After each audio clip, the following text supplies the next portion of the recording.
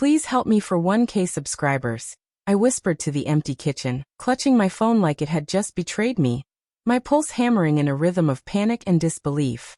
The notification flashed one more time. You've been blocked. My wife, my partner of 8 years, blocked me on her girls' trip. I leaned against the cold marble counter, staring at the screen as if it could suddenly explain itself.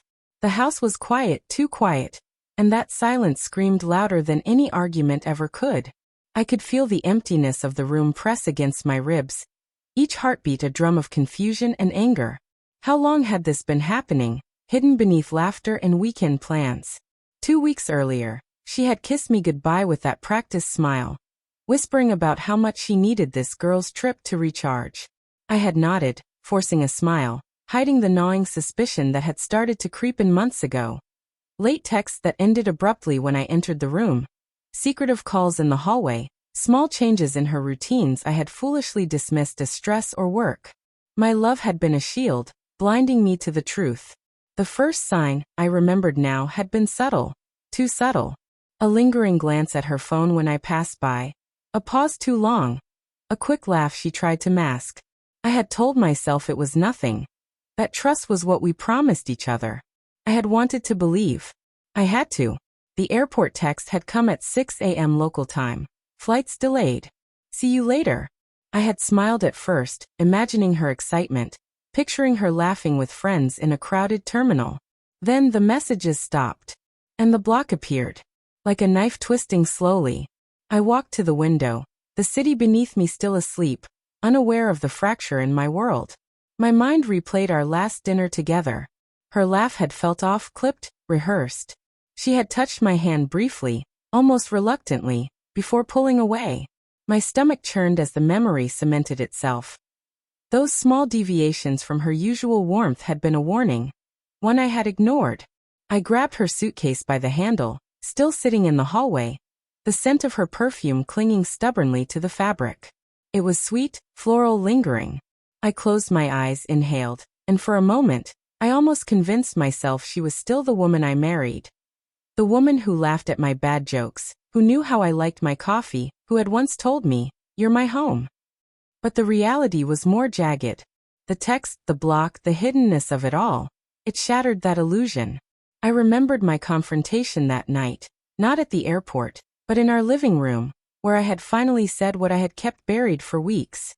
"Who are you with?" My voice had been calm, brittle. "Really?" Her eyes widened, a flicker of guilt, or maybe fear, passing through them. It's nothing. Just friends." I had wanted to believe. I had wanted to hear the lie and nod, to tuck it away. But now, sitting in the aftermath of her digital silence, the denial felt poisonous. The more I thought about it, the more the pieces aligned. The excuses, the sudden business calls on her trip, the way she had stopped sending the morning selfies she used to text me. The airport scene, the betrayal, it had been deliberate. I could almost see her now, panicked at the gate, her face twisting as she realized the consequences of her actions. That sudden vulnerability, after weeks of deception, would have been shameful if it hadn't been so infuriating. She had thought she could rewrite reality, cover her tracks with laughter and charm. But truth, like light through cracked blinds, had a way of finding you. I sank into the sofa, hands trembling. Anger surged, not just at her, but at myself. How could I have ignored every instinct? How had love blinded me so completely? And then the grief hit. The loss of trust, of certainty, of a shared life I thought was unbreakable. Hours later, I found the text threads hidden behind layers of cloud backups, phone notifications I hadn't noticed, conversations that didn't involve me, plans that weren't meant to be shared, confessions that cut sharper than any words she had ever spoken directly. My hands shook as I scrolled, each message a breadcrumb trail through a forest of betrayal. When she returned, the airport was chaotic, full of voices and rolling suitcases. She looked around, expecting to see me, expecting the comfort of familiarity. Instead, she found silence. My figure emerged from the shadows near the baggage claim, calm but unyielding.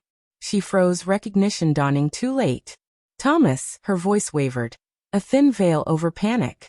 I didn't move. I let the moment stretch, letting the weight of months of lies settle between us. Her lips parted as if to speak, but I cut through the hesitation. Blocked me, I said, each syllable deliberate. On a trip that wasn't just for friends. She recoiled slightly, eyes wide, lips trembling. I didn't mean. I shook my head slowly, every motion precise, controlled. You didn't mean to get caught.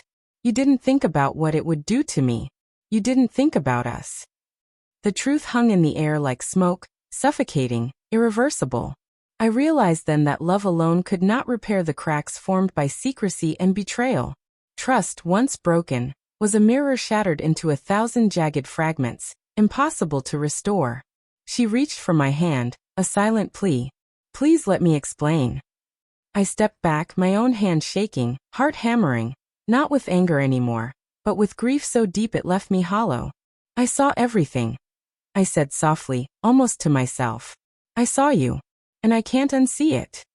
The crowd at the airport moved around us, oblivious to the drama unfolding, the intimate apocalypse between two people who had once shared dreams. Her face fell, tears welling, but I didn't offer comfort. This was the reckoning she had brought upon herself, and I was no longer willing to bear the weight of excuses. As she walked away, head down, suitcase rolling behind her, I felt a strange mix of relief and despair. Relief that the illusion was gone, that clarity had emerged from deceit. Despair because the woman I loved, the life I believed in, had been irrevocably altered. I left the terminal without a word, the echo of her footsteps fading behind me. And in the quiet aftermath, I realized something chilling. Betrayal, once planted, grows like a shadow, following you even into the brightest days, leaving you haunted by what could have been.